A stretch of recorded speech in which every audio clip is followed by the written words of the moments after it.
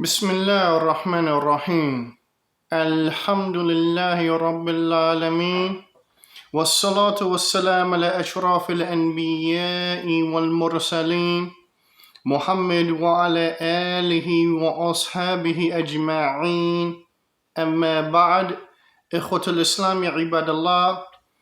It's not hidden to any Muslim within the current society that we live, in the US, that there are those that hate Islam and strive to divert others from al-Islam.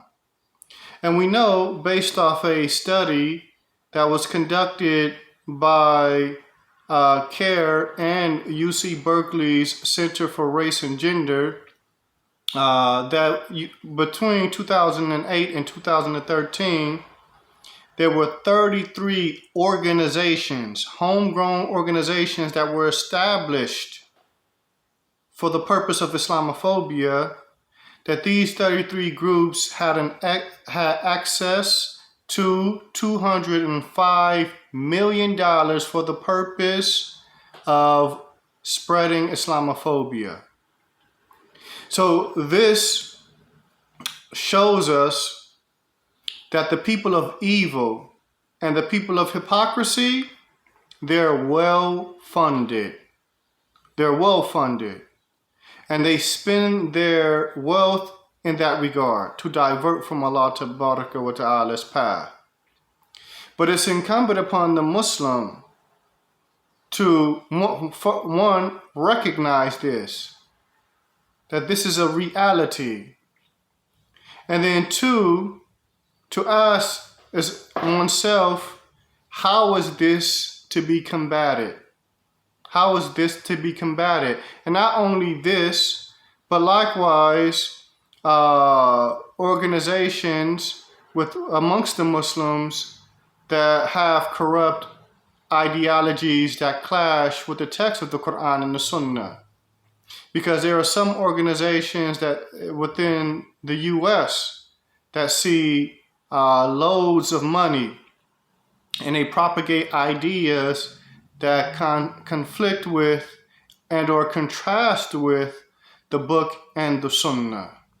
So how is the Sunni, or the Sunni should ask oneself, how is this to be combated?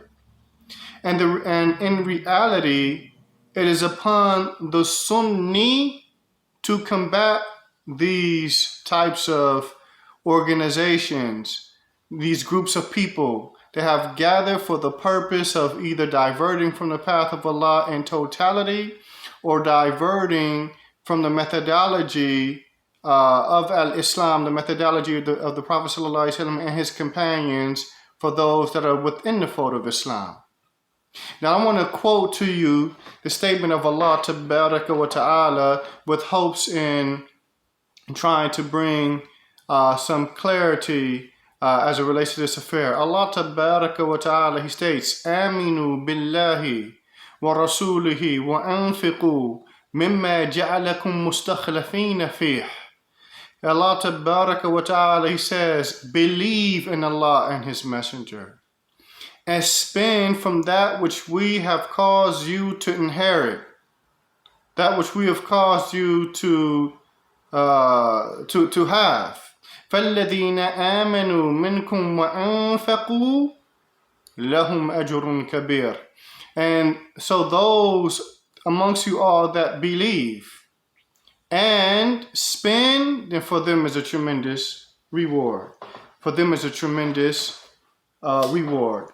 Now, I want to read, as it relates to this particular verse, the statement of Ibn Kathir, or rahmatullahi ta'ala alayh, concerning the second part, the second command, because we have two verbal commands. Aminu billahi wa rasulihi. Aminu, this is a command, believe.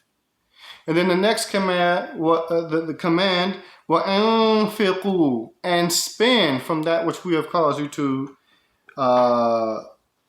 inherit, or which we have given to you, we have appointed to you. Allah Tabaraka wa Ta'ala, He states, Ibn Kathir rahmatullahi ta'ala alayhi, he states, أرشد الله تعالى إلى استعمال ما استخلفتم فيه من المال في طاعته. Allah the Exalted guides you to the usage of that which you have been from that which has been appointed to you from wealth. From wealth, yani, as it pertains to his obedience. This wealth has been appointed to the believers, and it should be spent in a way that is considered to be obedience to Allah. It's been appointed to the believers from Allah to be spent in his obedience. فَإِن تَفْعَلُوا وَإِلَّا حَاسَبَكُمْ عَلَيْهِ. He states, and if they do so, and what's understood by this, they're rewarded, but if not, they'll be held accountable on account of it, of this wealth, and what they do with it. And they will be punished on account of their abandonment of this obligation as it pertains to this wealth. And not obligation, but obligations as it relates to this wealth. They'll be punished on account of their abandonment of their obligations as it relates to this wealth. And see, and one of the things that we have to understand is that if we see that Islam is being combated the way that we see it being combated by these organizations, that it's incumbent upon us as Muslims, as Sunnis, upon traversing upon the Sunnah of the Messenger sallallahu alaihi wasallam, regardless if it's the spending from the people of evil and hypocrisy or from amongst the people of innovation. And thus for someone, it's incumbent upon the Sunni to spend the wealth in order to combat these misunderstandings that are being propagated throughout the society.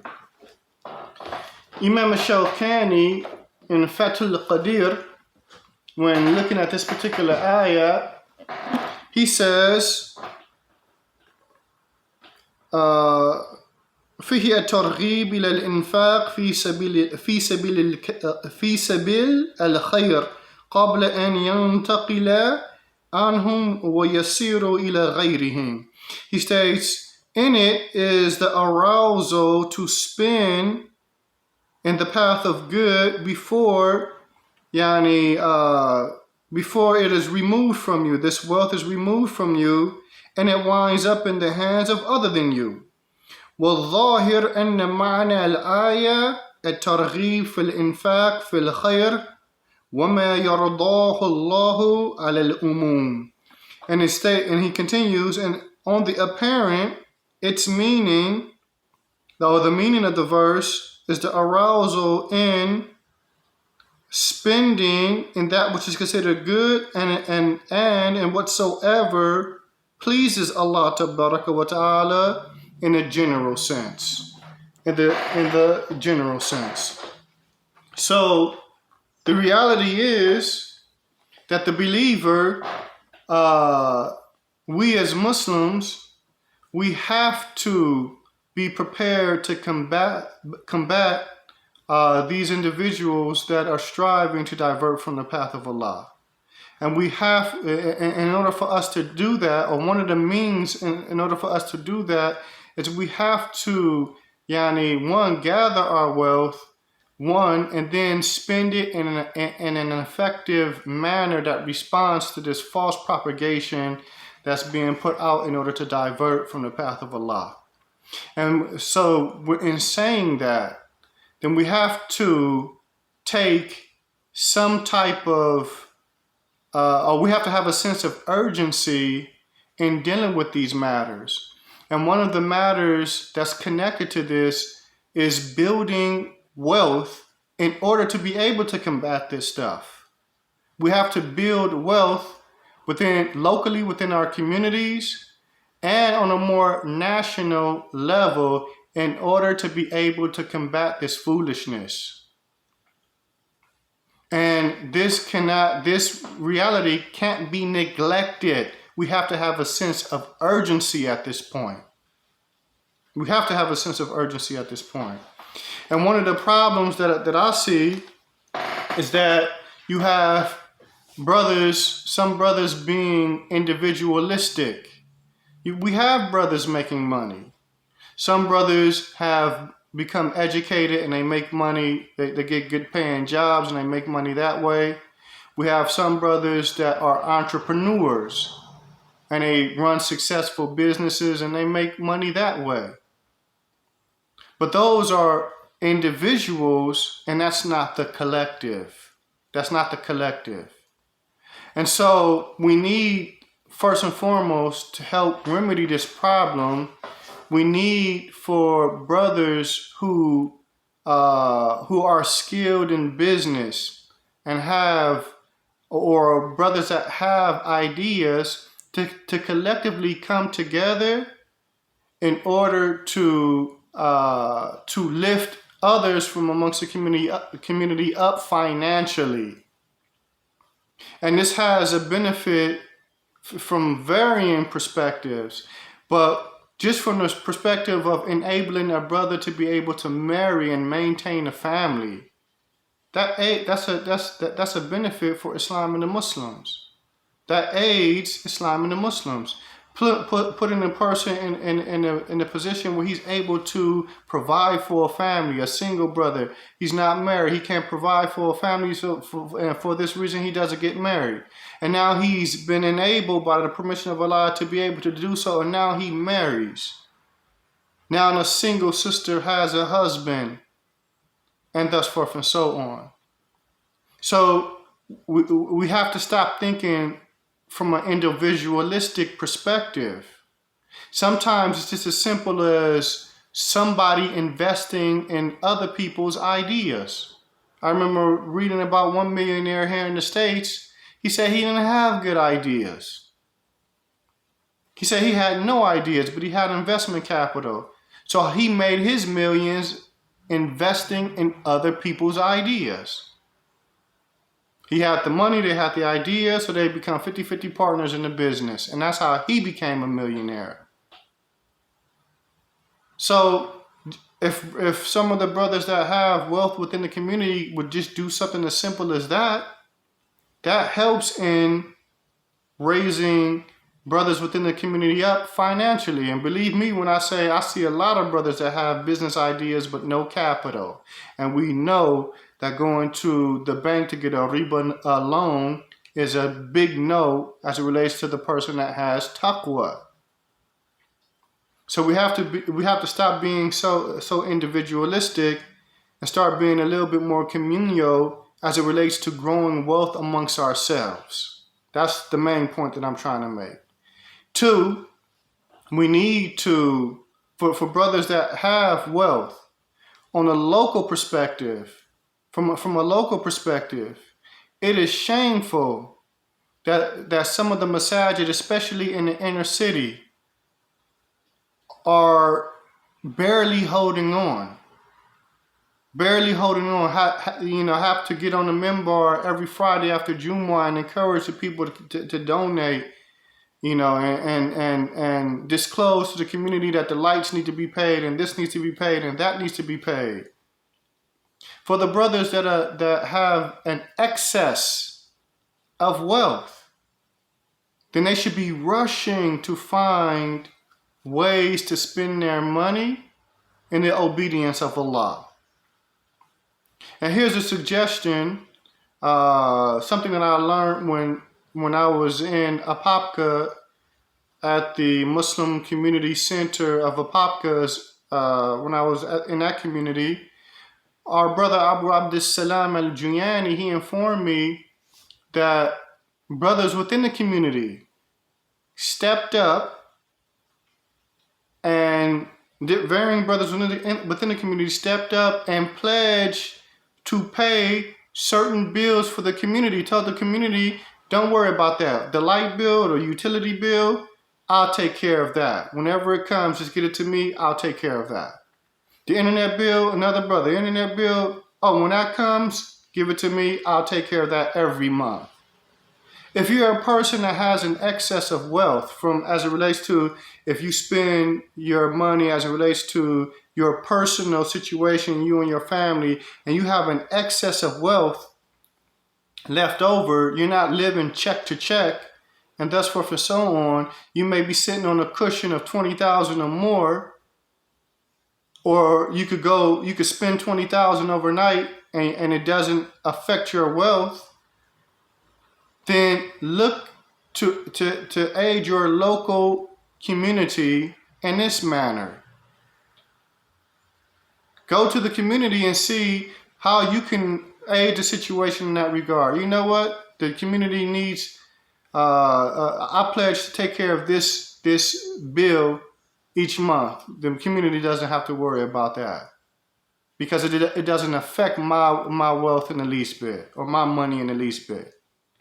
The point that I'm making is that we have to be more concerned with our local communities and the survival of our local communities. And we need to volunteer or spend like Allah Ta'ala commands us to in order for our local communities to be maintained. We shouldn't be in a situation where the local communities it's like the local community is on its deathbed, just barely getting the medicine that it needs to hang on. And all it takes is 1 month for that medicine not to come, and it's over, as they say. The situation should not be like that. So that's the second thing, that we have to come up with ways to support the local community. And then on a more national, the third thing on a more national level, I frequently hear, well, not frequently, but I've heard often enough, brothers upon Al-Minhaj As-Salafi say we need to do this, we need to do that, we need to do this, we need to do that. And they're talking about things on a more national level as it relates to spreading dawah here in the U.S. And the sad reality is, because I remember having to respond to certain brothers on varying social media platforms when these so-called suggestions would come up. And the reality is they're suggesting that we need to do A, B, C, D, and E. And when you look at what they're saying, there are students of knowledge that are already doing that on a national level or attempting to do that on a national level, but are getting no support from the Muslims in general, from Ahlus Sunnah in the U.S. in general. They're not getting any financial support to help bring those goals to fruition, but then yet you'll find people complaining online that we need this. And I remember something like that happened. Somebody was complaining about something we needed, and I interjected, well, hold up, I'm doing that. Why don't you guys just support what I've initiated? You're asking about how we need this, but I've already initiated something like that. And it's not getting any traction or any support. If I'm going to give another example, I was a part of a project where we were trying to buy a building, a 30,000 square foot building in Detroit, Michigan, for $49,000. Took the time to do write-ups for it and like this, sent it all out nationwide. It took over a year, a little over a year, just to raise $3,000. And of course, we lost that bill. We were unable to acquire that building because it ended up being sold, even though it was sitting on the market for a very long time. And so we lost that property as a result, meaning the lack of concern that the Muslims have for that project. Because like I said, it took over a year just to raise $3,000. But then when you go to outside of the communities of Ahlus Sunnah, one organization during Ramadan I saw raise that same amount of money in the first 4 days of Ramadan. And this is an organization that puts out foolishness concerning LGBTQ and puts out foolishness as it relates to the creation of Adam and thus forth and so on. Puts out dalala, puts out kufr. But they're being supported. So the main point that I'm making is it's not correct for people to sit around talking about what we need to do, and you have students of knowledge right here initiating projects and are barely getting support as it relates to the projects that they're trying to pull off on a national level. We have to stop being stingy and support these projects. Some projects that some of the students have or callers have put together involve institution building, and they put it out to the public, and you still don't see the support. They're still not getting the support that's needed to achieve their goals. We have an authentic narration. I'm going to leave it at that, but these are things that we need to become better at in order to combat the foolishness that we find coming from the people of evil, kufr, hypocrisy, innovation, and conjecture. The Prophet ﷺ, in an authentic narration that is upon the authority of Abu Hurairah, Ridwanullahi ta'ala alayh, the Prophet ﷺ, he stated, "Ma min yawmin يصبح العباد فيه إلا ملكان ينزلان," that there is no day in which the servants wake up therein, except that there are two angels that descend. فيقول أحدهما, so one from amongst the two, there are two angels that descend, so one from amongst the two, he states, اللهم أعطي منفقا خلفا, O Allah, grant or give the one that spends an increase, a return on that which he spends. And the other angel says, Allahumma a'ati mumsikan talafan. O Allah, give the one that withholds from spending spoilage, waste of his wealth, causes wealth to be destroyed, causes wealth to be ruined. So we want to keep these things in mind because we have some serious issues that we need to deal with while we're in the States. We have some serious issues we need to deal with. And some of these issues we can't deal with if we don't have the financial resources to combat these issues. And Allah Tabaraka wa Ta'ala knows best. سبحانك اللهم وبحمدك أشهد أن لا إله إلا أنت أستغفرك وأتوب إليك. السلام عليكم ورحمة الله وبركاته.